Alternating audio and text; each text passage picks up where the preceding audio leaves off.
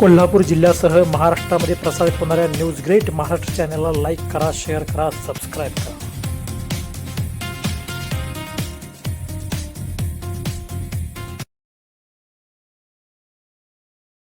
कागल नगराध्यक्षांच्याकडून मालमत्ता वाढीव कर आकारणीवर हरकती घेण्यासाठी 30 दिवसांची डेडलाईन.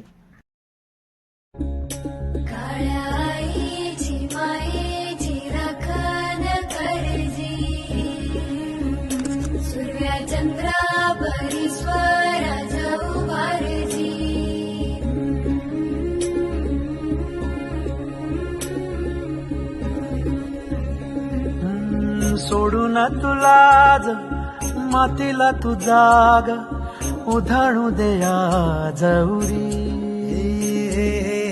उजाडू दे आज साकड हे माग होऊ दे पहाट नवी आता जाऊ दे साऱ्या जगाला पाहू दे बोलू दे पाऊल आपलं कागद आपलं कागद.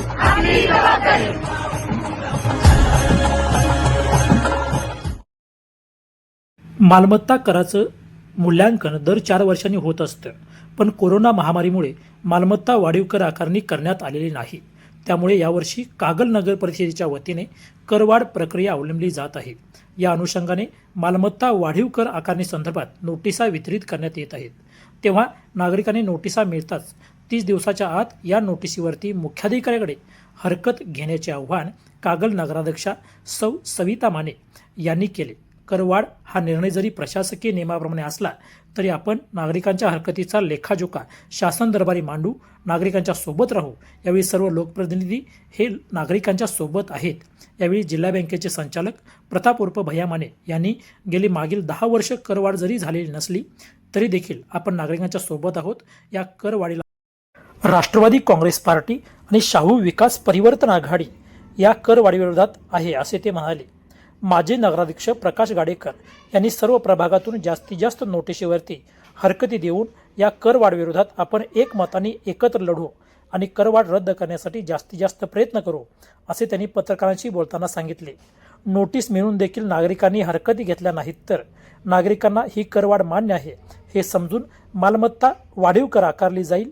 तेव्हा जास्तीत जास्त नागरिकांनी या नोटिशीवरती 30 दिवसाच्या आत हरकत नोंदवावी असे यावेळी नगराध्यक्ष व नगरसेवकांच्या माध्यमातून विषद करण्यात आले. यावेळेस कागल नगराध्यक्षा सौ सविता माने, जिल्हा बँक संचालक प्रताप उर्फ भैया माने, माजी नगराध्यक्ष प्रकाश गाडेकर, चंद्रकांत गवळी, आनंदा पसारे, नवल बोते, सुशांत कालेकर, अरुण गुरव आदी उपस्थित होते. News great Maharashtra channel like करा, शेअर करा, सबस्क्राईब करा.